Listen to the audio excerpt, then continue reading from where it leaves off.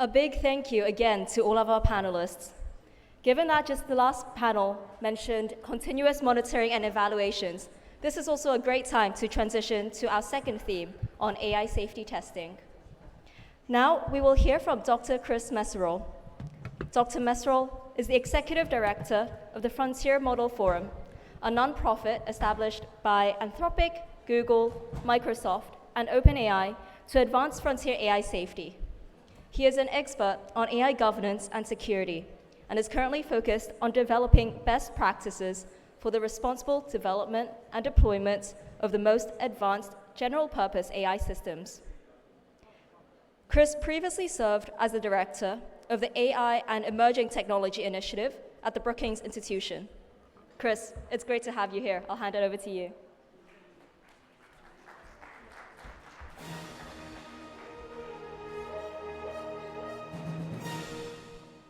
Thank you. It's a pleasure to be here. It's wonderful to be able to speak with you today.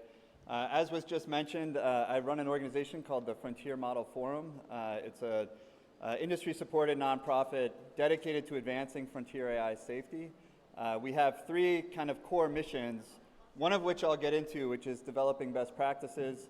The other two are advancing the science of frontier AI safety, and the third is information sharing about what we're learning, which is, again, part of why we're so excited to be here today. I thought I might begin with just laying out a little bit what frontier AI is and why it's so challenging to deal with, and then kind of walk through a couple of some early thinking that we have about how to think through, what types of evaluations to run, and what are some early best practices that in discussions with our expert members, the safety experts within our member firms, what they're seeing and thinking about, and how they're beginning to approach some of these issues. So just to start with, I think when we say the phrase frontier AI, what we're generally referring to is the most recent generation of advanced general purpose AI technologies, right? So what we're thinking of are not narrow AI applications for specific, things like lending algorithms or facial recognition technologies. We are thinking about general purpose AI systems, and we're thinking about, in particular, just the most recent generation. So, on this chart, you can see that because of the way that we're scaling up these systems, generally speaking, we're kind of doing a 10x in terms of compute every couple of years to come up with a better class and generation of model for general purpose systems. We are primarily focused on the most recent generation of frontier AI systems. And if you want to see more about this, we have an illustration of this on our website. But what this means, why this is so important, is that we expect the challenges that we are dealing with to evolve over time. The frontier is going to be consistently changing. As you can see, this is a stylized graph, but some of the graphs that we saw earlier this morning saw a very clear slope line, almost exponential curve of increase in capabilities. We are focused on just the most recent generation because we want to understand we want to develop early best practices for dealing with the most advanced models at any particular moment in time. And the reason this is so important, as was alluded to earlier today already, the reason this is so important, the ability to grok certain capabilities, and we don't know how to predict when these models in a training run are going to acquire or develop particular capabilities. We don't have a good way, as Professor Song alluded to earlier, we don't have a good way to understand the systems ex ante, which makes it very hard to understand how to build them safely and effectively. And I would say the last point I would say is we expect the frontier to continue developing as these systems move from just chatbots to things that are a little bit more agentic in nature. This challenge of assuring the safety of these systems is only going to become more important because the systems we're building will interact more and more with the real world in ways that have potential consequences for public safety and security, which is what our organization is focused on. So as I mentioned, I'm just going to walk through a little bit some of our early thinking that's been developed in kind of conversations with different safety experts in the member firms that we have. About how to structure evaluations, what kinds of evaluations to run, and then some early best practices. These are very high-level descriptions that we'll be talking about. I would also say the terms themselves may vary, but it's really the concepts that I want to share with you today that hopefully we can have more engagements and interactions over time to begin as a field to develop best practices when it comes to even just talking about the types of evaluations we need to run to assure the safety of our systems. So the first phrase is I think at a very high level, there's two very general kinds of evaluations or risk assessments. One are red teaming exercises, another are more automated evaluations. Red teaming exercises tend to be very manual and kind of, there's work going on to try and explore how to automate some of the red teaming exercises. But generally speaking, they're manual ways of leveraging human expertise to probe the capabilities of a particular model. Evaluations, in contrast, tend to be things like benchmarks or other automated forms of exploring the capability profile or the risk profile of a particular model. We think it's important to distinguish exactly what you're talking about when you're talking about how you're assessing the risk or safety of a system. And this is just one general high-level class of distinction. Within the evaluations of frontier models, there's really two, I think, core types of evaluations that we want to run. One are performance evaluations, and the other are safety evaluations. Performance evaluations are critical for understanding the general kind of reasoning capabilities or other capabilities that a model might have. That allows us to understand, in some ways, how best to test it for particular risks, et cetera.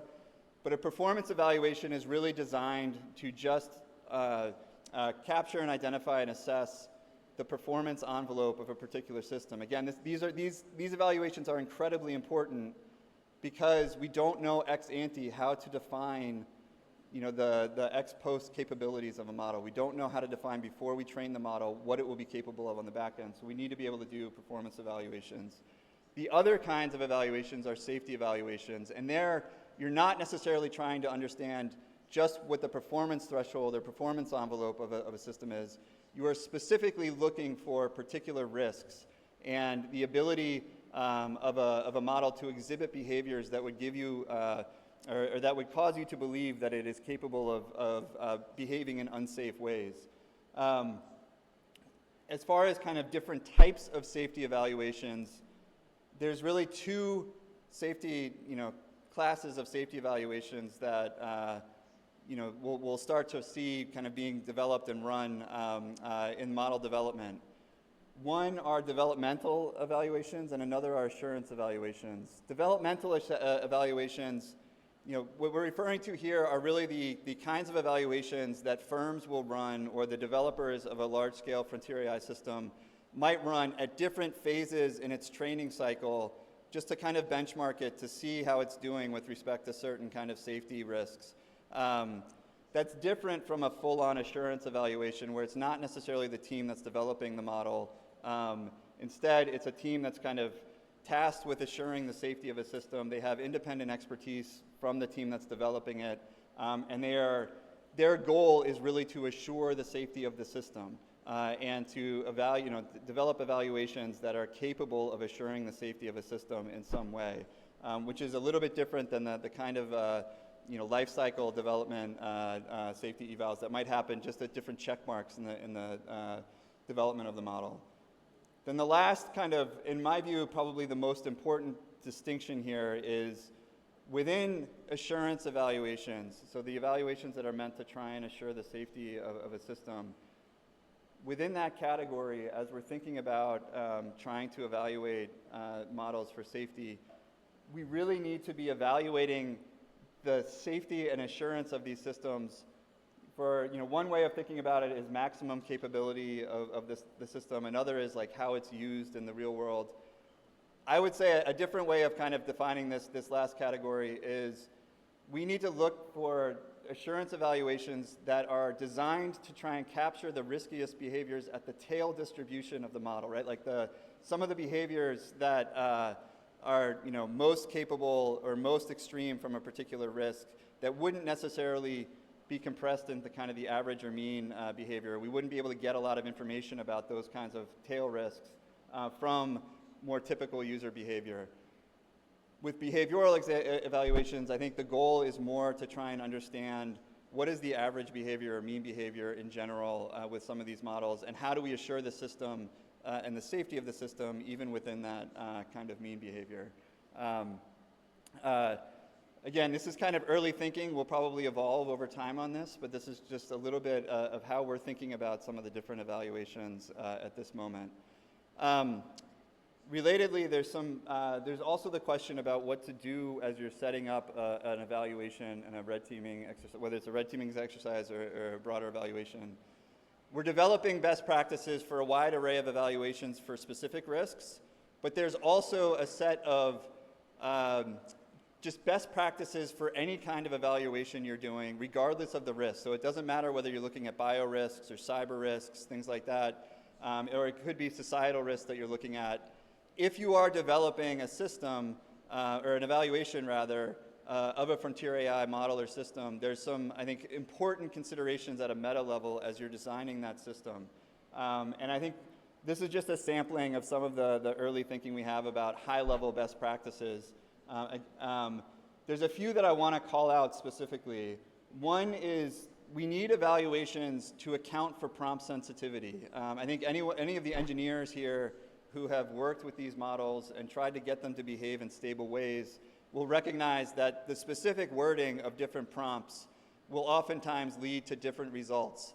And what we're really trying to do with these evaluations is capture their kind of risky behavior, which means we need to explore different wording choices or configurations of prompts to be able to get at whether or not it has a certain just capability in general. And an example of this would be, if you're trying to, if you're worried about, say, like malicious uses of a system, for example, you don't want to just ask the system, how do you build an explosive or something like that. You also want to test for, can you describe the chemical process by which dynamite releases energy, something like that. You need to have multiple ways of asking for the same thing. At least two other kind of things that I want to call out, just very briefly. One is, as you're developing these evaluations, you need to evaluate both the model, the underlying base model, as well as the end system. I think for a lot of evaluations, we'll target one or the other, but we need to do both. It's not just the underlying model that needs to be evaluated, because in many cases, that's not what is exposed to the end user. Usually what is exposed to the end user is the overall system, and we need to be able to test that as well as the underlying model. Another really important best practice, I guess I'll walk through them just briefly. One is evaluating both normal or typical behavior use and adversarial use. As I mentioned on a prior slide, we do want to evaluate these systems for kind of typical behaviors and the safety that they might exhibit under that.